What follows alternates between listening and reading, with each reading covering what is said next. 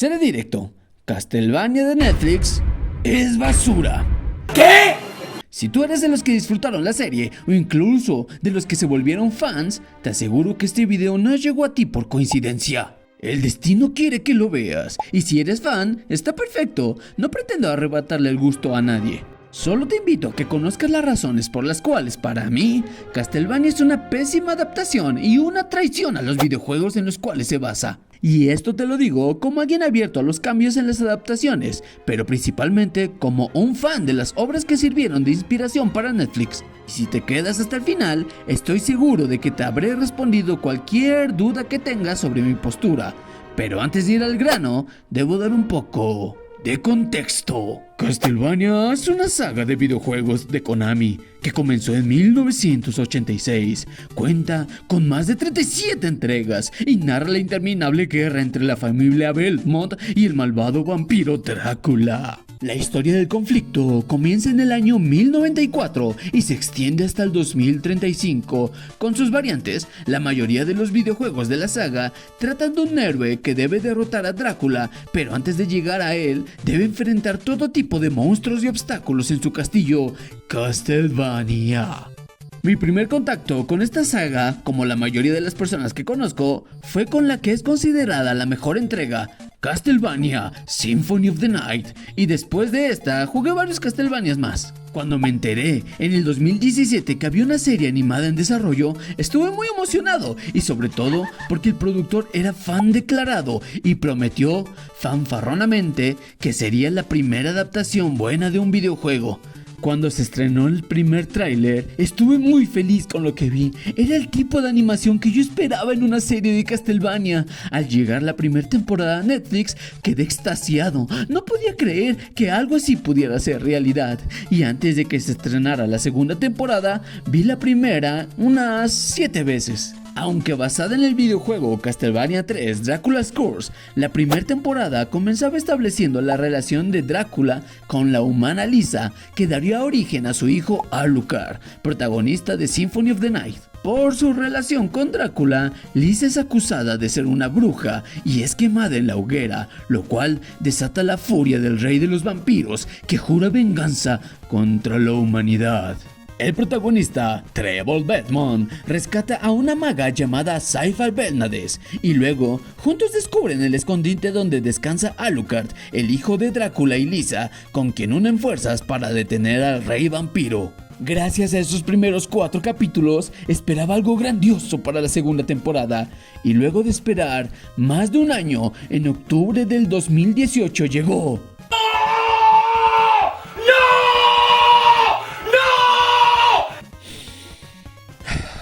Me enfocaré en la segunda temporada porque a mi parecer es cuando todo se fue al demonio, empezando por la interacción de los 3 personajes principales. Los primeros 5 episodios se limitan a hacer chistes malos, tan malos que los personajes se tienen que reír para que entendamos que es gracioso, casi como las risas grabadas que ponen en algunos sitcoms gringas. Trevor y Alucard se portan como niños estúpidos y Saifa les llama la atención varias veces, pero ella tampoco se libra del pésimo sentido del humor de la serie. La mayoría del tiempo que vemos el trío de héroes no pasa nada relevante y el resto del tiempo se dedica a nuevos personajes, algunos de los cuales son absurdos e innecesarios. Gudbrand es una de las peores adiciones, un vampiro vikingo que no sirve para la trama y solo se la pasa hablando como estúpido. Drácula se convierte en un 0 a la izquierda, pues quien ahora ocupa el puesto de villana muy mala es Carmilla, una personaje de los videojuegos que aquí es modificada por completo. Ahora es una gobernante empoderada que derrotó a su antiguo amo y odia a los hombres opresores, y por eso planea en secreto derrotar al rey de los vampiros para ser ella la máxima opresora. Pero pude perdonar que la serie se volvió aburrida y los diálogos pésimos, que metieron chistes sin gracia, que metieron personajes que no tienen absolutamente nada que ver con las versiones originales y que desperdiciaron el tiempo enfocándose en ellos. Pero lo que no pude perdonar es lo que hicieron con Drácula y lo que hicieron con su castillo, Castlevania. Desde su origen en la literatura y luego en sus múltiples adaptaciones al cine, el conde Drácula es un villano imponente, despiadado, poderoso, elegante, malvado, cínico, cruel.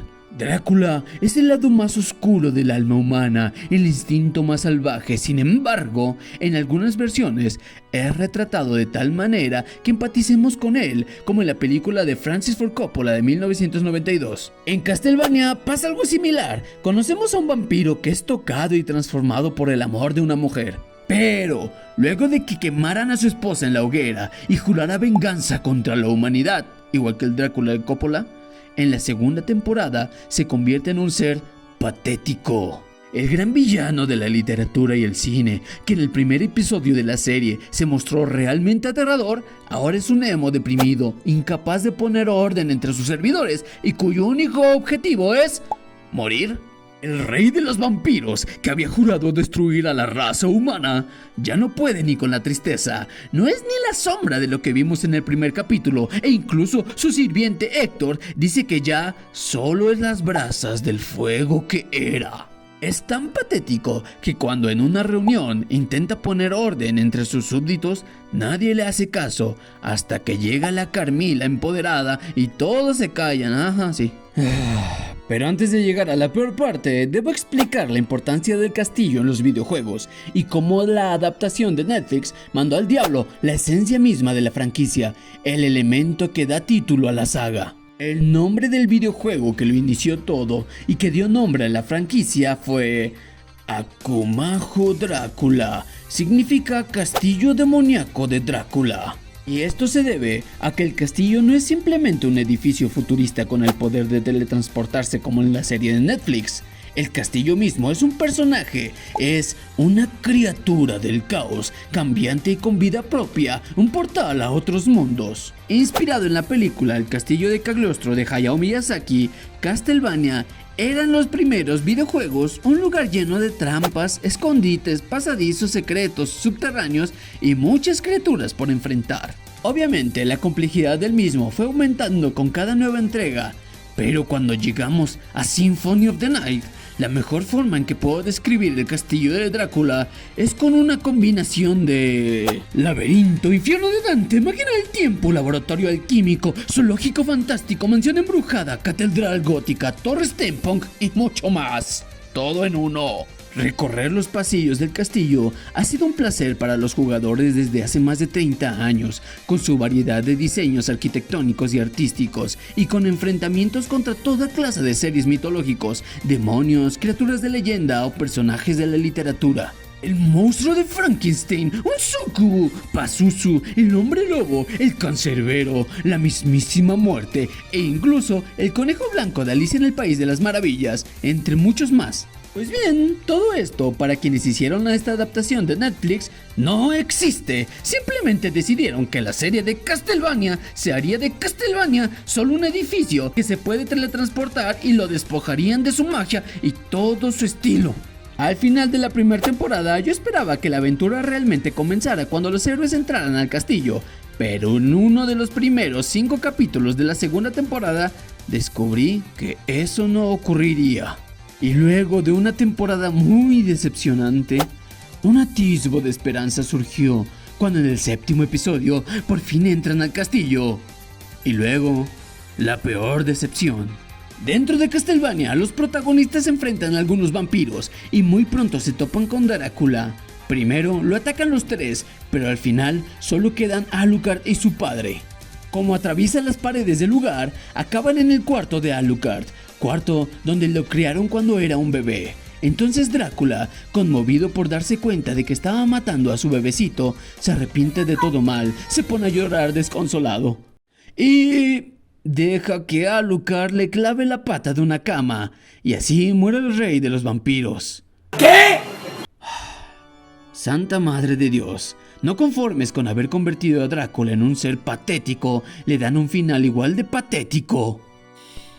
En la primera temporada, cuando Alucard protestó contra la idea de enviar un ejército de demonios contra la humanidad, su padre no dudó en causarle una herida mortal que lo obligó a dormir un año entero en un sarcófago para recuperarse. Pero en la segunda temporada, sumido en la depresión, Drácula se conmueve cuando se da cuenta que le estaba pegando a su bebecito. ¿En serio? El mismo monstruo endemoniado y sediento de venganza que casi mata a su hijo por cuestionarlo un año antes, ¿ahora es el mayor de los lloricas? Según el productor de la serie, Adi Shankar quería hacer del vampiro un personaje trágico.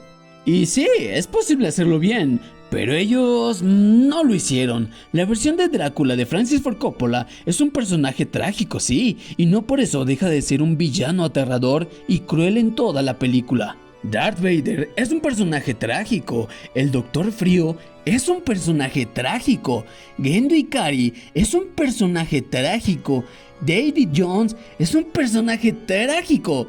Esto es lamentable. Este decepcionante final para Drácula está levemente inspirado en el final de Symphony of the Night, que era mucho mejor y más conmovedor en todo sentido.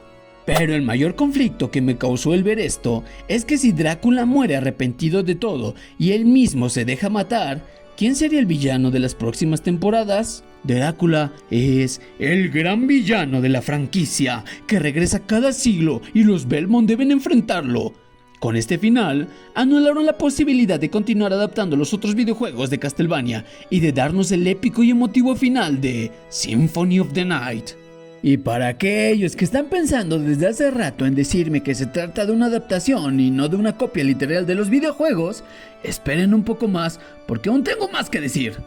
Otro aspecto en el que la serie falla completamente es en la música. Mientras que la música de los videojuegos de Castlevania es arte puro, en la serie de Netflix no tiene ninguna relevancia. Cualquier fan de la saga sabe que la música es fundamental y tiene una calidad impresionante. Y aquí yo me pregunto, ¿qué clase de adaptación podría dejar de lado la música? Y aunque hay un par de escenas donde utilizan el tema Bloody Tears, no basta para compensar que en el resto de la serie no hay música, o la que hay pues es 100% olvidable. En la película live action de Los Caballeros del Zodiaco, ponen el tema de Pegasus Fantasy un par de veces y eso no la hace buena. De hecho, solo resalta que al no poder crear algo bueno, no les queda otra opción que referenciar la obra original, que es 1000 veces mejor. El guionista de esta infame adaptación de Castlevania es Warren Ellis, un famoso escritor de cómics, y aunque no he leído nada de él, no me quedan ganas después de lo que hizo. Imagínense una serie ambientada en los barrios bajos de Nueva York,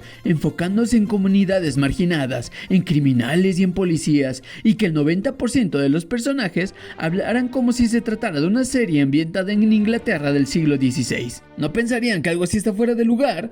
Eso es exactamente lo que pasó con los personajes de Castlevania, pero al revés. Si tuviera tiempo suficiente, habría visto toda la serie de nuevo solo para contar cuántas veces dicen la palabra fuck o fucking, pues casi todos los personajes de Castlevania las usan en algún momento, lo cual es ridículo y no tiene sentido. No deberían hablar igual todos los personajes. Se supone que está ambientada en torno al año 1500 en una zona oriental de Europa y hablan como si fuera una pandilla de junkies o algo así. Esto se lo pregunto al maldito Warren Ellis. ¿Es en serio? Tú eres el gran escritor de cómics y eso es todo lo que se te ocurre. Fuck, fucking. Si no me creen, pueden ver una compilación en YouTube donde se repiten esas palabras casi 100 veces. Y esto solo responde a la idea edgy de que una serie supuestamente madura debe tener muchas groserías. No tengo nada en contra de las groserías, pero cuando en una adaptación de Castlevania ambientada hace 5 siglos, casi todos los personajes hablan como vagos, se vuelve ridículo. Para quienes vieron Castlevania doblada al español, tal vez no tengan problema con eso y tampoco con las voces, pero la actuación de voz en inglés está hecha con una gran pereza que no deja de sorprenderme, ya que cuentan con buenos actores. Pero entiendo que le dan con flojera sus líneas porque pues se trata de un guioncillo escrito con las patas que pisotea e insulta el material de origen. Y los problemas no terminan aquí. Hay una tendencia que cuenta con muchos seguidores y detractores en internet, descrita con una palabra que en inglés significa algo así como despierto. Y en español se le nombra con las primeras 6 letras de la palabra progreso. Yo no voy a criticar el que la serie tenga diversidad étnica y más personajes femeninos que los videojuegos, pero ¿no les parece un poco rara la forma en la que son retratados estos personajes? Por ejemplo, tenemos a Saifa Belnades, la maga que es rescatada por Trevor. Desde el principio vemos que es muy poderosa, pero está bien, ya que lo suyo no es el combate cuerpo a cuerpo. Para eso está Trevor, excepto porque en la tercera temporada, durante un enfrentamiento con unos monstruos, la vemos esquivar sin problema los ataques, como si fuera una guerrera súper habilidosa. Mientras que Trevor, que entrenó toda su vida para pelear contra monstruos, recibe varios golpes. Y por si eso fuera poco, Sypha le dirige comentarios humillantes, como decir que puede pasar por su mascota o por su sirviente estúpido. Algo similar ocurre con Isaac, un personaje que nada tiene que ver con el Isaac original, ni en su aspecto físico ni en su historia. A este Isaac diverso dedican mucho tiempo en desarrollarlo y descubrimos que es súper poderoso, mientras que Héctor es humillado y esclavizado por unas vampiras. Y así se la pasa casi toda la serie. ¿Por qué a un personaje diverso se le da tanto protagonismo y se le convierte en uno de los más poderosos, o tal vez el más poderoso de toda la serie? Este caso me recuerda al de la serie What If de Marvel, cuando en un universo alterno Star-Lord no es Peter Quill sino T'Challa. Es un personaje tan perfecto y bueno que todos lo aman. Es tan increíble, tan brillante que incluso convenció a Thanos con palabras de no ser un malvado villano que quiere eliminar la mitad de la vida de todo el universo. Y también me hizo recordar a la primera temporada de The Sandman, donde dos pesadillas monstruosas del cómic, Brute y Glob, son cambiadas por Gold, personaje interpretado por una actriz afroamericana. Y casualmente, ahora ya no es una pesadilla malvada, sino una pesadilla buena. Yo no quiero ser mala, yo quiero ser buena. ¡Ay, canela convertirse en un sueño y le salen las alas de mariposa cuando por fin lo logra! Podría ser que estos personajes son plasmados con tantas virtudes porque son diversos.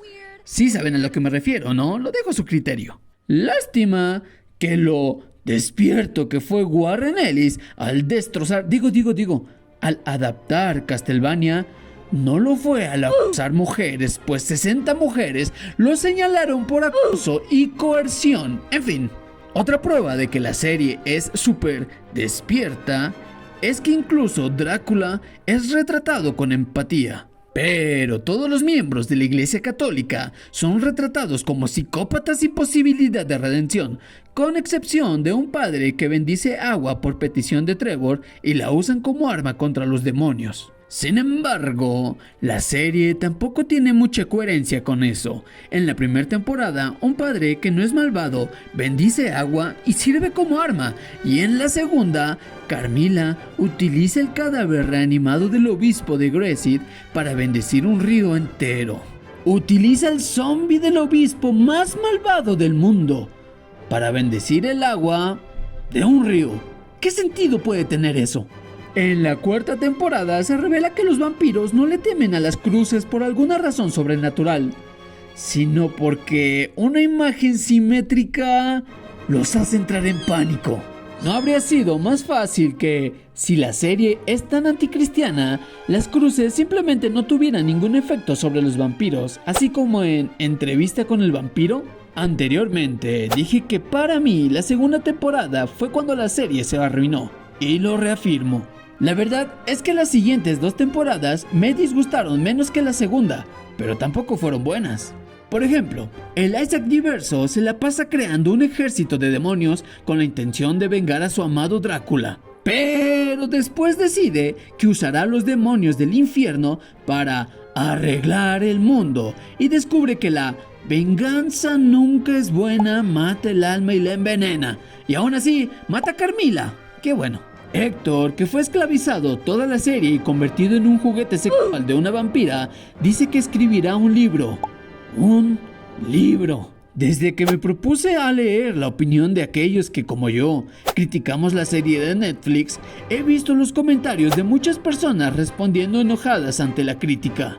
Como espero que la gente comente aquí, y pues me imagino que será igual que en internet, me adelantaré a contestar los comentarios más comunes que leí por ahí. Es una adaptación, no puede ser 100% fiel. Claro, Yo estoy muy abierto a las adaptaciones y consciente de que hay cambios y libertades creativas que se toman los encargados de producir las series y películas. Pero eso no significa que puedas ignorar el material original o incluso pisotearlo, hacer algo completamente diferente y usar su nombre, Castlevania, como bait. Así como se dirigieron críticas a las adaptaciones infieles de Resident Evil o la infame Dragon Ball Evolution, los fans tienen derecho a criticar cuando se falta el respeto al material original. Los videojuegos de Castlevania no tenían historia. ¡Falso, viejo! Puede ser que en los inicios de la franquicia los videojuegos tuvieran una historia muy escueta, pero con el tiempo las historias fueron creciendo en tamaño y complejidad. Para la década del 2010 en la que se realizó la serie de Netflix, la historia de la saga era bastante amplia y estaba bien definida, así que no tiene sentido decir que no tenía historia. Tú querías ver el videojuego literal adaptado a la pantalla. Pues no. ¿Quién en su sano juicio querría que una serie fuera literalmente un videojuego de 8 bits? Lo que quería era una adaptación de Castlevania. No que Warren Ellis tomara los personajes de Castlevania y los usara para crear una historia que nada tiene que ver con los videojuegos ni con su esencia.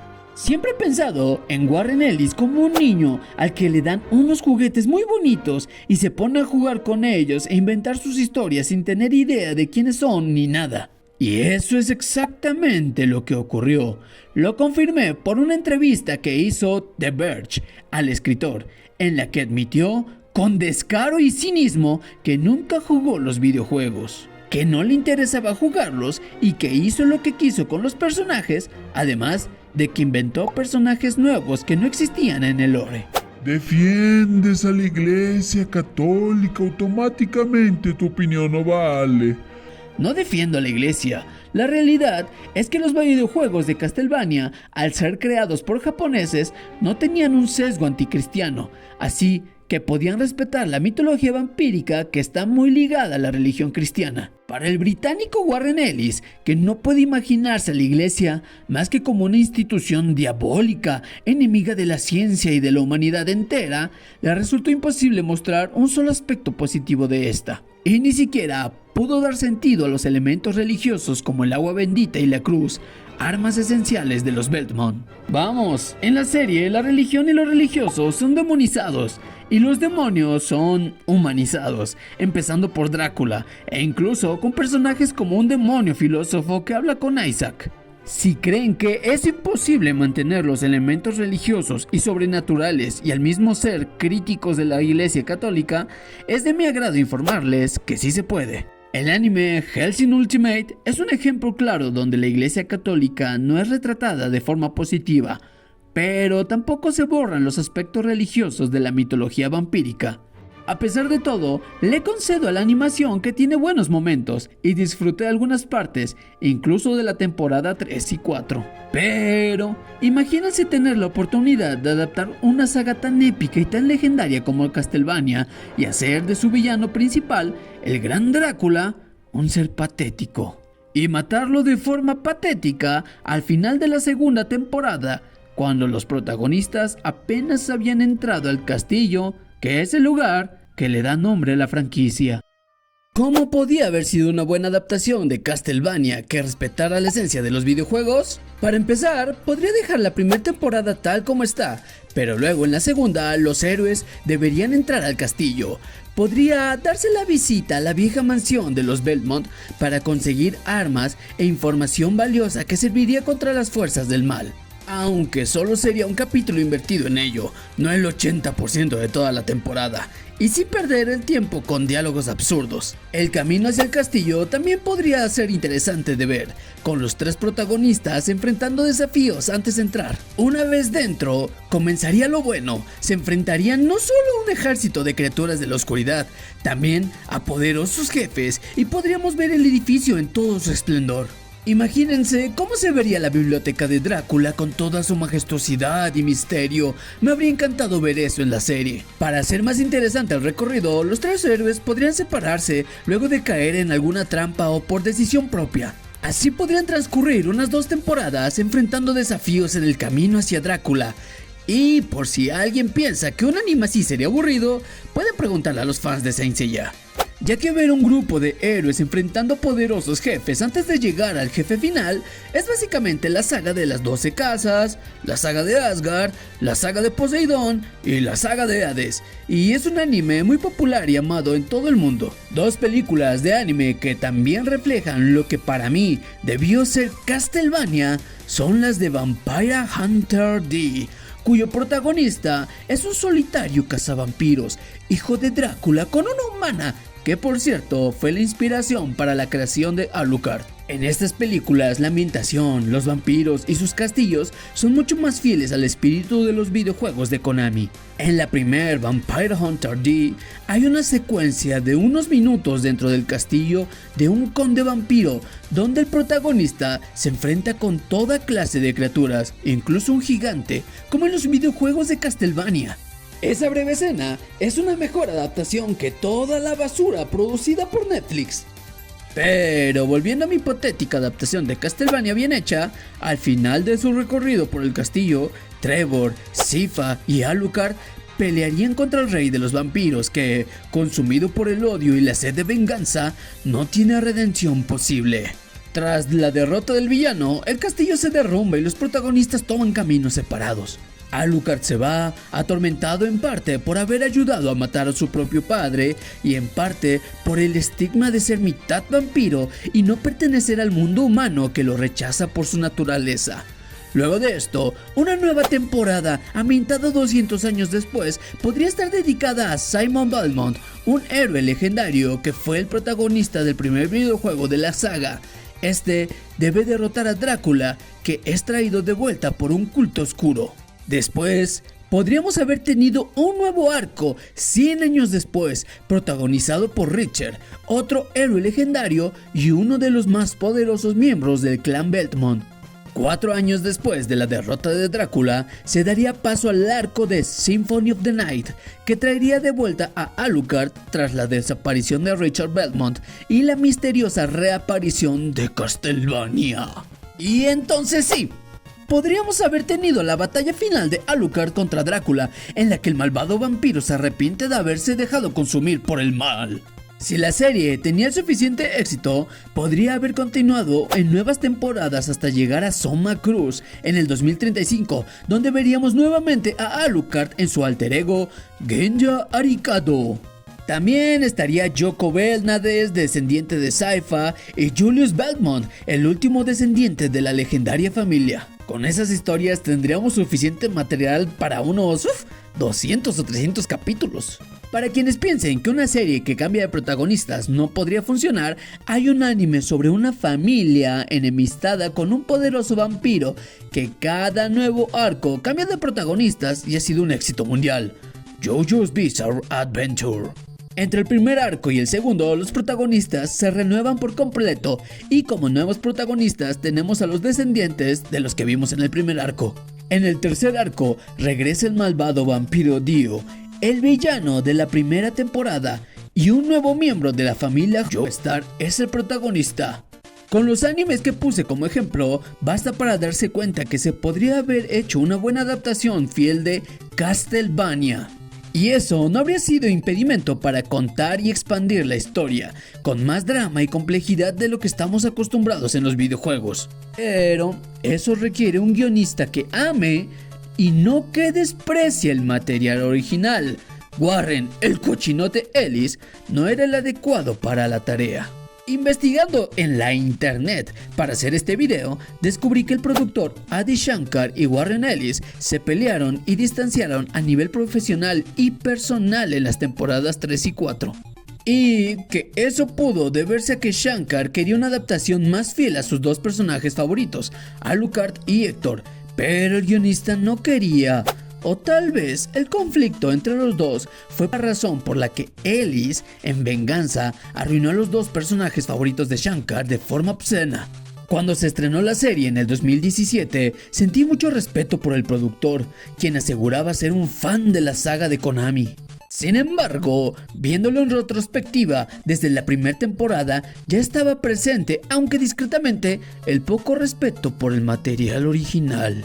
Pero hey, tenemos vampiros diversos, varias girlbosses, personajes del siglo XVI que hablan como junkies y varias escenas de delicioso. Castlevania pudo ser una grandiosa serie que habría complacido a fans y a nuevos espectadores, pero las pretensiones de un inglés nefasto arruinaron esa oportunidad. Una amiga me dijo una vez que debía entender que la serie es solo una de tantas versiones. El problema es que no es así. Hay muchas versiones de Superman, Batman y Spider-Man en el cine y en la TV. Hay muchas adaptaciones del Rey Arturo, de Robin Hood, de las Tres Mosqueteros. Pero de Castlevania solo hay una, la de Netflix. Era la primera adaptación y pudo ser algo realmente especial. En su lugar, nos dieron una aberración que trata de imitar a Juego de Tronos, cuando esa serie de HBO con sus conspiraciones e intrigas de palacio muy poco o nada tenían que ver con la franquicia de Konami. Y bueno, mi opinión de la secuela Castlevania Nocturne, tengo que decir que cuando la anunciaron y supe que Adi Shankar demandó a la compañía por no incluirlo en el proyecto, pensé que lo habían hecho a un lado por haber arruinado la primera adaptación y que los nuevos realizadores buscarían una mayor fidelidad. Pero con solo ver los trailers me desengañé y las reseñas me han confirmado que es incluso peor que las primeras 4 temporadas. There's something you forgot about Belmont. I was going to say something witty and cutting and brutal before I finished you off. But fuck it.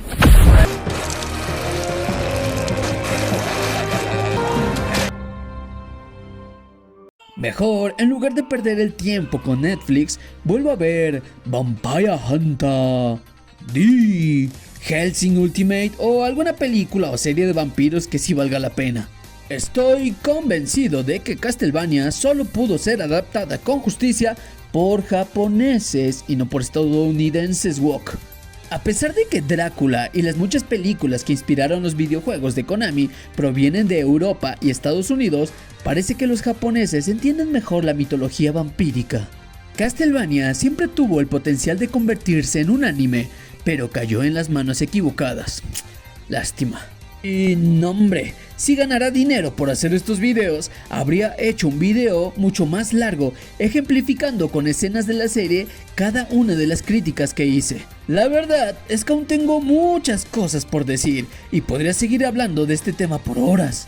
Como el hecho de que Warren Ellis justificó la ausencia de Grand Dynasty con un argumento histórico, a pesar de que el resto de su adaptación está plagada de inconsistencias históricas que harían llorar lágrimas de sangre a historiadores.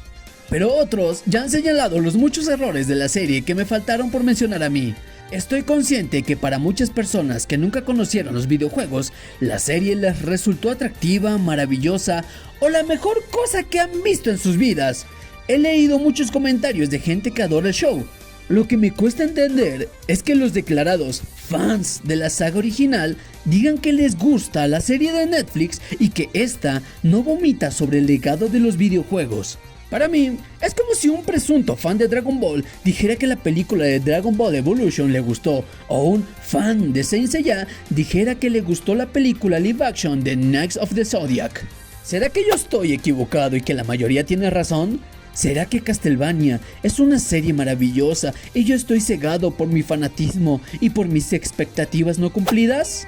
No tengo nada contra los fans de la serie, pero sí tengo todo contra Warren Ellis. Quisiera golpearle la cara con todas mis fuerzas, una vez por cada mujer que acosó y un golpe con un bat por cada capítulo de Castlevania donde arruinó la historia original. Si llegaste hasta aquí, te agradezco por tu tiempo y espero que me des tu opinión en los comentarios.